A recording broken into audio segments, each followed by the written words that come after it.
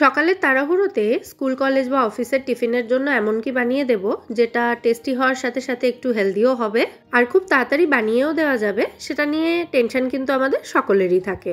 সাথে বাচ্চাদের টিফিনের জন্য বানানো হলে এটা চটপাটা, একটু মুখরোচক এগুলো হওয়াটাও কিন্তু ম্যান্ডেটরি। তো এই সমস্ত সমস্যারই অন্তত একদিনের জন্য সমাধান থাকবে আজকের এই পর্বে। নমস্কার বন্ধুরা, মেঘার সাথে বাঙালিয়ানার আরও একটি নতুন পর্বে আপনাদের সবাইকে স্বাগত। তো সবার প্রথমে একটা কড়াই খুব ভালো করে গরম করে তার মধ্যে 1.5 থেকে 2 চামচ মতো তেল দিয়ে তার মধ্যে ফোড়নের জন্য দিয়ে দিলাম 1 চামচ গোটা সর্ষে, একটা শুকনো লঙ্কা আর 1 চামচ মতো গোটা জিরে।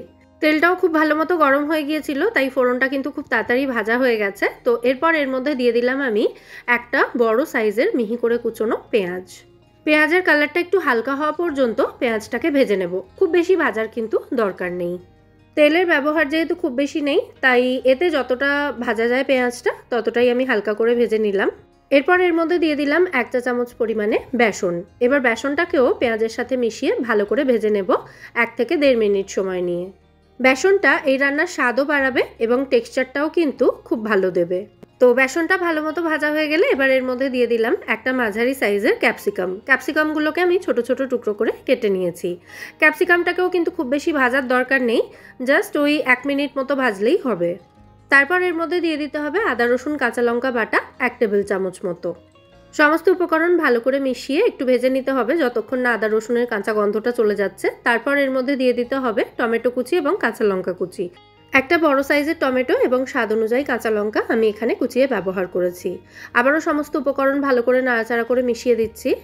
এই সময় এর মধ্যে দিয়ে দিচ্ছি স্বাদ অনুযায়ী নুন, 1/2 টিস্পুন মতো হলুদ গুঁড়ো, কাশ্মীরি লঙ্কা গুঁড়ো দিয়ে দিলাম 1 টিস্পুন মতো, আর 1/2 টিস্পুন করে জিরে গুঁড়ো এবং ধনে গুঁড়ো অ্যাড করলাম।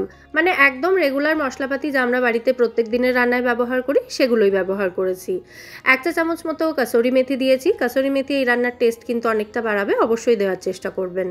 আর দিয়েছি 1/2 টিস্পুন মতো গরম মশলা গুঁড়ো আর অল্প একটু মিষ্টি দিয়েছি। আমি জাগরি পাউডার দিয়েছি, আপনারা চিনিও দিতে পারেন। তারপর সামান্য একটু জল দিয়ে এই সমস্ত উপকরণ আবারও খুব ভালো করে মিশিয়ে একসাথে কষিয়ে নিতে হবে 3 থেকে 4 মিনিট সময় নিয়ে। মশলা থেকে তেল ছাড়তে শুরু করলে 150 থেকে 200 গ্রাম ছানা হাত দিয়ে এভাবে ভেঙে ভেঙে এর মধ্যে দিয়ে দিতে হবে। সকালে যেহেতু একটু তাড়াহুড়ো থাকে সেই কারণে ছানাটা কিন্তু আমি আগের দিন দুধ কাটিয়ে রেডি করে রেখেছিলাম। তবে আপনারা এখানে ছানার পরিবর্তে পনিরও গ্রেট করে ব্যবহার করতে পারেন।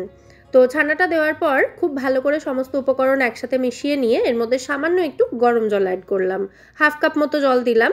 এবার কিন্তু যেহেতু এর মধ্যে বেসন রয়েছে, বেসনটা একটু ফুলতে শুরু করবে এবং এটা পরিমাণে একটু বেড়ে যাবে। তো সমস্ত উপকরণ ভালো করে মিশিয়ে কড়াইটাকে ঢাকা দিয়ে মিডিয়াম ফ্লেমে এটাকে মিনিট 2 রান্না করে নিয়েছি আমি। তারপর কড়াইয়ের ঢাকনাটা খুলে নিয়ে আবারও এটাকে ফাইনালি একটু ভালো করে নাড়াচাড়া করে মিশিয়ে দিচ্ছি। এই সময় চেক করে নিতে হবে যে নুন মিষ্টির পরিমাণটা ঠিক আছে কিনা। আমার মেয়ের অনেকজন বন্ধু কিন্তু ভেজিটেরিয়ান, তো তাদের মধ্যে এই প্রিপারেশনটা আর তার সাথে হোয়াইট সস পাস্তা, এই দুটো প্রিপারেশন কিন্তু ভীষণ জনপ্রিয়। দুটো রেসিপি তো আপনাদের সঙ্গে শেয়ার করেছি, তো আপনারা ট্রাই করতে পারেন। যাই হোক, আমি একটু টেস্ট করে দেখেছিলাম, নুনটা একটু কম মনে হয়েছিল বলে আর একটু নুন দিয়েছি। আর সবশেষে মানে নামানোর আগে সামান্য একটু ঘি অ্যাড করেছি 1/2 টিস্পুন মতো। তো আবারও একবার ভালো করে মিশিয়ে নিয়ে তারপর এটা নামিয়ে দেব। মেয়ে স্কুলের টাইমিংটা যেহেতু সকালে একটু তাড়াতাড়ি, সেই কারণে ম্যাক্সিমাম দিনই রান্না করার পরই একদম গরম গরম প্যাক করে সেটাকে ফ্যানের নিচে রেখে একটু ঠান্ডা করে তারপর ব্যাগের মধ্যে দিয়ে দিই। এটার সঙ্গে আজকে পরোটা প্যাক করে দিয়েছিলাম।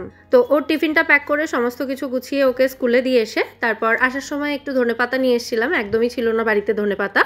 তো ধনেপাতা নিয়ে আসার পর অল্প একটু ধনেপাতা কুচি ওপর থেকে ছড়িয়ে দিলাম, দিয়ে ভালো করে মিশিয়ে দিচ্ছি। বাকিটা হাজব্যান্ডের অফিসের টিফিন এবং আমার ব্রেকফাস্ট। আমরা কিন্তু রুটির সাথেই খেয়েছি, রুটির সাথে খেতেও এটা দুর্দান্ত লাগে। তো কেমন লাগলো আজকের এই ছানার ভর্তার রেসিপি সেটা কিন্তু অবশ্যই আমায় কমেন্টে জানাবেন। ভালো লেগে থাকলে ভিডিওটাকে অবশ্যই একটা লাইক এবং শেয়ার করে দেওয়ারও অনুরোধ রইল। রান্নাটা কতটা তাড়াতাড়ি হয়ে যায় সেটা তো আপনারা দেখেই নিলেন। তো স্কুল বা অফিসের টিফিনের জন্য এটা বানাতে পারেন, অথবা ডিনারে এটা রুটি পরোটার সাথেও সার্ভ করতে পারেন। অবশ্যই রেসিপিটা বাড়িতে ট্রাই করার অনুরোধ রইল। আর এরকমই নিত্য নতুন রেসিপি পাওয়ার জন্য আমার চ্যানেল মেঘার সাথে বাঙালিয়ানাকে সাবস্ক্রাইব করে আমার পাশে থাকবেন এবং আমায় সাপোর্ট করবেন। তাহলে আজকের মতো এখানেই বিদায় নিচ্ছি। সবাই সুস্থ থাকবেন, ভালো থাকবেন এবং সবাইকে খুব ভালো রাখবেন। নমস্কার।